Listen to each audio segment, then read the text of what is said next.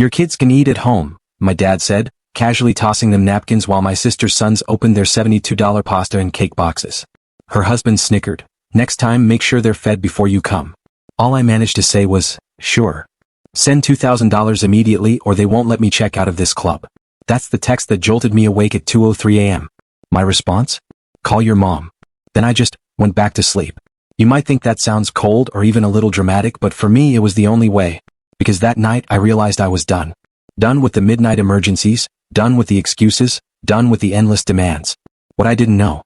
That simple two-word reply was about to blow up my entire family, expose years of quiet resentment, and force a confrontation that was long overdue. But before we get to that, let me tell you how I got there. My name is Matthew. I'm 34. I'm a dentist. I sell insurance for a living, which I know sounds incredibly boring. But I like boring things. Balanced budgets, clean dashboards, calendars that tell me where to be and when. On paper, I'm fine. Two amazing kids, Evan who's 9 and Sophie who's 6. Shared custody. A compact SUV I can fix with my own hands, and a credit score my dad actually likes to brag about when he needs me to co-sign something. Just this once. See, I grew up being the background guy. My sister Jenna, she was the star. 2 years younger, prettier, louder, and somehow always between jobs while living in better apartments than mine. My parents, Carl and Marie, they'd act like she was a miracle for remembering to attend a dentist appointment. Meh. If I didn't show up to fix the Wi-Fi, I was ungrateful. I used to tell myself it wasn't favoritism, just different expectations. Dad would say, you know your sister's not good with details, while handing me a bill. Mom would add, you're so organized, Maddie, you don't mind? Oh, I minded. I just swallowed it. It's dumb, but here's a memory that sticks. I'm 12, Jenna's 10. We're at a school fair. She wins a goldfish, then drops the bag. I spend my allowance on a new bowl and food. That night, Dad pats my shoulder. You're a good brother. Jenna falls asleep with the bowl near her bed. Next morning, the fish is floating. Mom sighs at me for setting the bowl too close to the vent. The pattern never changed. If Jenna messed up, someone else should have planned better. Fast forward to last Saturday night. Dad's birthday. A sit-down place with white tablecloths and a menu that makes you Google half the words. He picked it because you only turn 61 once, which is true, but also because Jenna dropped hints like anvils. She wanted to post photos somewhere fancy. We took a big corner table. Me, my kids, my ex-wife Erin. We're civil. My parents. Jenna and her husband Chuck. The waiter placed heavy water glasses. The room smelled like butter and wine. Get whatever, Dad said, flipping the menu. It's a celebration. I looked at the prices and did silent math. It's a reflex now. Sophie leaned into me. Can I have the pasta with the twirls? Pappardelle, I said. We'll see, kiddo. Jenna waved at the waiter like she owned the place. 2 truffle pastas, extra mushrooms, and the lemon cake to go, she added, tapping her nails on the phone case I bought her last Christmas because she said hers accidentally cracked. When the food came, the first dish with the shaved truffles landed in front of Jenna. The second went to Chuck. 2 fancy white boxes followed and got set by their elbows. My kids stared. The boxes smelled like a bakery. Sophie whispered, is one for us? Jenna laughed. These are for the boys later. Meaning her sons who weren't even there. They get picky. Evan looked at me like he wanted to shrink into the chair. I felt the old heat in my chest. Then Dad did the thing he does when he wants to be funny and ends up cruel. He flicked 2 napkins toward my kids like dealing cards. Your kids can eat when they get home, he said, grinning. No need to fill them with overpriced noodles. The napkins landed by Sophie's wrist. Chuck chuckled. Next time, feed them first, brother. I said, got it. And when the waiter came back to ask if we needed anything else, I stood up. My chair legs scraped the floor. Everyone looked at me. That was the first crack. I didn't become the responsible one on purpose. It happened the way water finds the lowest point. In every crisis, the question was, where's Matthew? Followed by, he'll handle it. At 17, I was the driver who picked Jenna up at midnight from a party because she couldn't call Mom. At 19, I was the one who transferred $220 to Dad when his debit card glitched at a gas station 2 towns over. By 24, I was an insurance agent with a tidy desk, 2 monitors, and a steady voice for people on their worst days. I got good at details because my life demanded it. I learned the policy codes, the fine print, how to make bad news clear and survivable. Jenna learned something too, that I'd say yes if she framed her issue as urgent and family. The landlord needs it by noon. The tow truck won't release my car without a card on file. The daycare late fee is insane. The amounts were never huge at first, $168, $120, $185, but they stacked like bricks. Every time I tried to put one down, another landed. When Erin and I got married, Mom said, don't invite too many people. Weddings are expensive. She still cried because the flowers were too simple. On our wedding day, Jenna arrived late, took the centerpiece from the head table for an after-party, and posted it like she bought it herself. After we paid deposits, my parents paid what they could, which turned out to be $0. And then joked for years about how we helped you to start your life. I let them. When Evan was born, Dad said, "Congrats. Boys are expensive." The first night home from the hospital, Jenna called me in tears because she couldn't figure out her new car seat. I went over and installed it. She Venmo requested me for the pizza I ate while I was there. $13.74. I accepted the charge and told myself it wasn't about the pizza. It never is. It's about the invisible scoreboard my parents keep, except when they flash it at me. By the time Sophie arrived, Aaron and I were wobbling. Not because of the kids, but because I was always on call for my clients, my parents, my sister. If Dad's water heater broke, I was there. If Mom's phone updated and logged her out of Facebook, I was there. If Jenna forgot to renew her car insurance, yes, the irony, I wrote her a binder at 10 p.m. and drove across town. Aaron would say, "Can we have one evening where we're just us?" I'd answer, "It's family." Like that was a spell. It wasn't a spell. It was a wedge. Money turned into the language of love at our house. Dad loved when I covered checks because you make more than teachers, as if Aaron's job didn't count, or my income was community property for 4 adults. Jenna loved when I fronted deposits with no return date. Mom loved telling relatives that Matthew is doing well, and then listing items they thought I'd bought them. The washer, the iPad, the weekend at the cabin. I bought those things because keeping the peace became cheaper than the fight. Except it wasn't cheap. It cost my marriage. It cost my self-respect. The divorce 2 years ago was clean on paper. No dramatic secrets. No affairs, just erosion. Aaron cried. I didn't. I was too tired. We split custody 50-50. We share calendars. We're decent. She still invites me to the kids' school nights if it falls on my off week. I show up with snacks and stay until the folding chairs make my back ache. My parents framed the divorce as my failure to keep a woman happy, but also as my success because I stepped up financially. They said both things in the same breath. Jenna repeated them like scripture. Aaron is great, but you know she wanted more. Then she'd text, "Can you send $200? The boys' soccer uniforms are double what I expected." There were numbers that started tattooing themselves into my memory. $4,380. The total I zelled across 6 months for emergencies. $612. The biggest restaurant bill I paid after Dad slapped the table and said, "Put your card down, big man."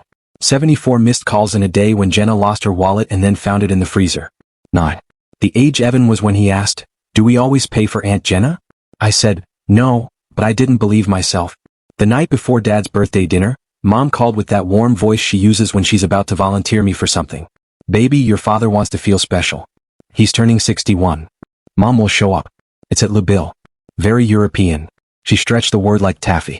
"We'll do gifts later to keep costs down." "Okay," I said, already knowing I'd be the gift. Aaron texted me separately. "Is this the place with the $29 side salads?" "Yep. I'll bring granola bars for the kids." "Thank you." "Boundaries," she wrote. "Practice them." "I'll try." She sent a thumbs up, then a heart. At dinner, the scripts clicked into place. Dad told stories about his hustle in the 90s. Mom asked the waiter for the manager's discount, then laughed like it was a joke. Jenna made big eyes at the dessert case. Chuck grinned at everything. That grin of somebody who never pays and never thinks about who does. Then came the boxes. 2 neat white cardboard squares with gold string. $72 for truffle pasta and $10 a slice for lemon cake to go. The waiter set them by Jenna and Chuck. My kids watched like kids do when sugar is within arm's reach. My stomach tightened because I could hear the gears turning. Dad likes to guide children's appetites by lecturing their parents. He looked at me. "Your kids can eat when they get home." The napkins flew. "Next time feed them first," Chuck added. The table chuckled. Mom did the "you know we're just joking" face inside my head. A door clicked shut. It wasn't the price. It was the message. Loud and clear. Your kids are less. Your needs come later. Your place is to provide, not to ask. I didn't argue. I didn't lash out. I did what I've trained myself to do for years. I observed the scene like a claim. Facts, timing, damage, coverage. I reminded myself to breathe. Then the waiter returned with a little leather book and a pen tucked like a toothpick. "Anything else right now?" he asked lightly. I stood up. "Yes." The table went quiet in that slow, embarrassed way when people sense a speech. I wasn't going to make a speech. I was going to make a boundary. "Could we split checks by household?" I asked the waiter. "One for my parents, one for Jenna and Chuck, one for me and my kids." My voice was calm, almost boring. Jenna blinked fast. "What?" Dad laughed like I'd told a good one. "Sit down, bud. You put your card down. We'll Venmo later." "No," I said. "We're going to split it now." Chuck smirked. "Dude, don't be tacky." Aaron reached for Sophie's hand under the table. She didn't say anything. She didn't have to. The waiter looked at me like he'd seen this movie.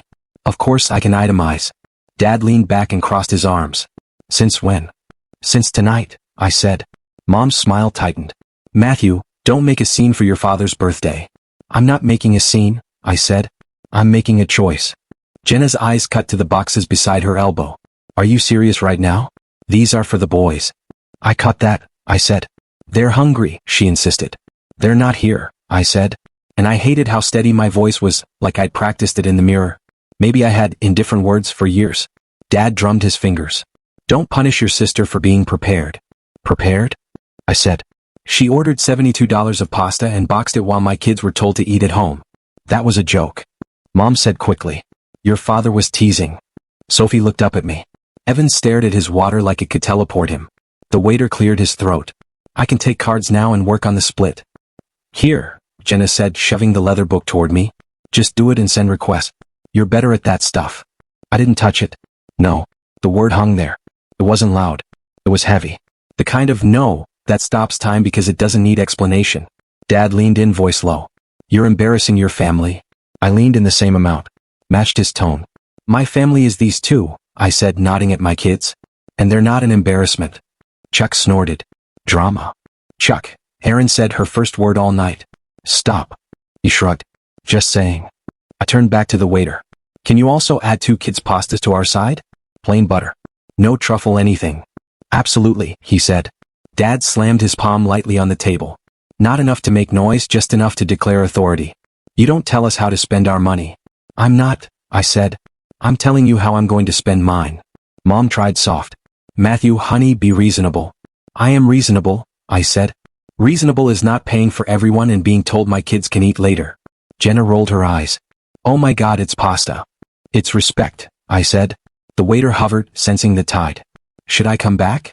1 minute, I told him, then faced my parents. I'll keep it simple so there's no confusion. Dad opened his mouth. I held up a hand. He closed it. That never happens. That's how I knew I'd already left something behind. I've covered a lot of checks, I said. I've co-signed a credit card I'm still getting statements for. I paid your overdue property tax last winter because Mom called me crying. I covered Jenna's toe. I put down deposits. I get it. I make decent money. I'm an insurance agent, not a charity. I'm not your emergency fund. No one said you were. Mom snapped. You didn't have to, I said. Jenna folded her arms. So, tonight you want a medal for ordering noodles? I want a boundary, I said, and I'm drawing it right now in public because in private you pretend not to hear me. Dad's cheek twitched. This isn't about noodles. You're right, I said. Chuck laughed once like a cough. Closure. Did someone die? A version of me did, I said. Erin's hand squeezed Sophie's. Evan looked up at me with something like relief and fear mixed together. The waiter returned with a pen. I'll split those checks, he said quietly. Thank you, I said and handed him my card. Dad's voice chased him. We're not doing this. You don't have to like it, I said. You just have to live with it. Jenna whispered to Mom too loud. He's really doing this. Mom whispered back. Not tonight.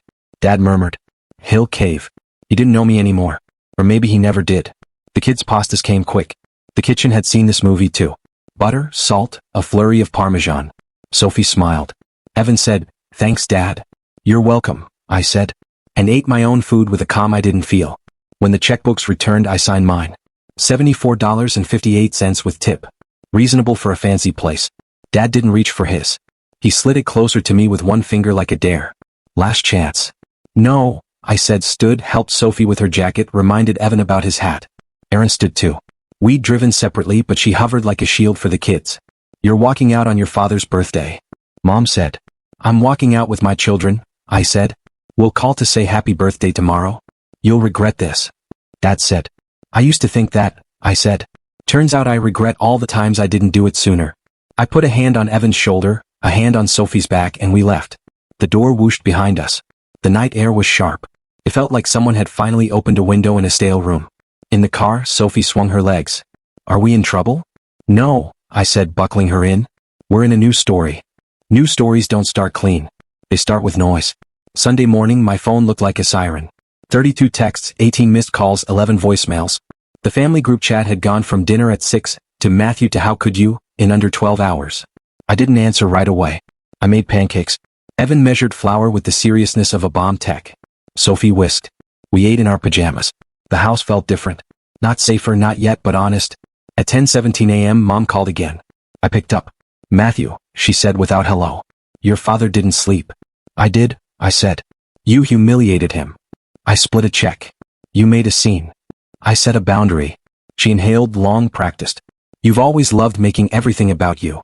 I looked at the Lego on the floor, at the science kit on the counter. Last night wasn't about me. It was about my kids. They weren't hungry. She said they were told to wait while other kids got boxes. I said by their grandfather on purpose. That was a joke, she said again, like if she repeated it enough, it would be true. Not for them. She changed tactics. You know your sister struggles. She's trying. Chuck's job is unstable. So is everyone's, I said. I'm not their employer. Family helps family, she said. Family respects family, I said. Your father wants you to apologize, she said. I won't, I said. Silence. Then, he wants his Costco card back. I almost laughed. The one I got him under my account because his bounced for non-payment. Sure, I said. I'll cancel it this afternoon. I heard her short breath. Surprise. She hadn't expected me to agree. There's no need to be vindictive, she said. I'm not, I said. I'm being consistent. She switched to soft. We miss you, baby. You miss my wallet, I said before I could file the words down. It wasn't kind. It was true. She hung up. At noon, Dad texted, you embarrassed your mother. Then be a man and take responsibility. Then don't come by until you can behave. Then in the same minute, bring over the pressure washer when you can. The siding is green. I stared at the thread. I didn't reply. Erin sent a message. You okay? We're fine, I said. She wrote, kids felt protected. Then a second later, proud of you. I put the phone down and let the words sit. Jenna found her megaphone by evening. She posted a photo of Dad's untouched dessert with a caption, nothing like birthday drama from people who make everything a crisis. A few of her friends commented, hearts, and you're so strong, and family is hard. I didn't engage. I had learned the hard way that arguing on the internet is like screaming into a blender. Monday morning, a long message from Jenna. No greeting, just paragraphs. You made Mom cry. Chuck said you were aggressive to the waiter. Dad is reconsidering helping with my boys. Help how? Money isn't everything, Matt. Also, can you send $150 for school pictures? They sprung it on me. I typed and erased 100 responses. I ended with, no. She wrote back instantly. Wow, another bubble. So, that's how it's going to be. Yes, I wrote. At 2:11 p.m., Dad called while I was with a client. I sent it to voicemail and listened later in the car. You owe me respect, he said. You'll apologize to your mother for your tone. You'll admit you overreacted and you'll put the family first again. 15 seconds of breathing. Then quieter, like he forgot he was recording. He's not like us. I deleted the voicemail. I didn't want to memorize it. Small, petty things started happening. The Netflix I pay for signed out at my parents' house and changed to Dad's old email. The Costco account pinged a failed transaction. Someone tried to reset my Amazon password at 3:07 a.m. My Ring camera captured Dad stepping onto my porch, then stepping back without knocking. I watched the clip and felt nothing I expected to feel. Not rage, not fear, just a long, clean line. Enough. By Wednesday, the extended family weighed in. Aunt Trish texted, I always thought you were a good boy. Uncle Marco called and ranted about disrespect and old school values. My cousin Lily sent a single message, proud of you. Been there. I saved that one. Boundary maintenance turned into actual work. I made a list in notes. Cancel Costco subcards. Remove Dad's old card from my Apple Wallet. Why was it even there? Audit subscriptions. Hulu, Disney Plus, Spotify. Freeze the joint savings account Dad insisted on for emergencies 5 years ago. Because we're a team. There was $31 in it. He'd withdrawn every emergency as cash. I sat at my kitchen table with bank tabs open and a cup of coffee that went cold twice. It felt like closing 100 tiny leaks in a boat while still believing there's land somewhere. Erin came by to pick up the kids. She looked at the list. You need help? I got it, I said. She tilted her head. You always say that. I mean it this time. She studied my face then nodded. Okay. Thursday night, a new number called. I answered, and a man with a voice like gravel said, Mr. Hale, this is Dale from Midco Towing. We have a Honda Civic registered to a Jennifer Hale on hold. She said you're the secondary on the card. There it was. The old life knocking. I'm not, I said. Release it or don't. I won't be paying. Boss. Understood, he added almost kindly. She's yelling at my guys. I'll figure it out. I'm sorry, I said. 2 words I hadn't said to myself in a long time. Friday, Dad sent a group text to me and Jenna. Family meeting. Sunday noon. No excuses. I looked at it for a long minute and typed. No. He wrote back. You don't say no to your father. I wrote. I just did. No reply. Saturday we did something small and huge. I took the kids to the park with sandwiches and apples. No schedule, no errands. After Evan tried the monkey bars, Sophie fell and laughed. We stayed until the sun made long shadows and my phone stayed face down in my pocket on Do Not Disturb. I don't remember the last time I did that and didn't feel like I was going to get yelled at for it. The world didn't end. No one died. The sky stayed where it was. Sunday morning I got one more call I didn't expect. Grandma Joan. She's 84 and has seen every family storm. You made your granddad do this once, she said. He told his brothers, no more borrowing tools. They never returned. They called him selfish. He slept better after. I laughed. You always liked me better. I always saw you clearer, she said. Eat, sleep, keep going. Okay. Bring the kids for cookies later, she said. I'll tell you which cousins owe me money. We went. She did. It was oddly healing to hear debt said out loud with a smile. At least they pay in stories, she said. You don't have to. By Monday the message changed. Less rage, more negotiation. Mom texted, we can talk if you apologize. Jenna wrote, fine, I don't need you then, but can you send $60? The school picture add-on. I didn't respond. Tuesday night, 11:43 p.m., my doorbell rang twice. The Ring camera lit up Dad's face, red-cheeked, jaw set. I watched him on my phone instead of going downstairs. He rang again, then pounded once. He stepped back and looked into the camera.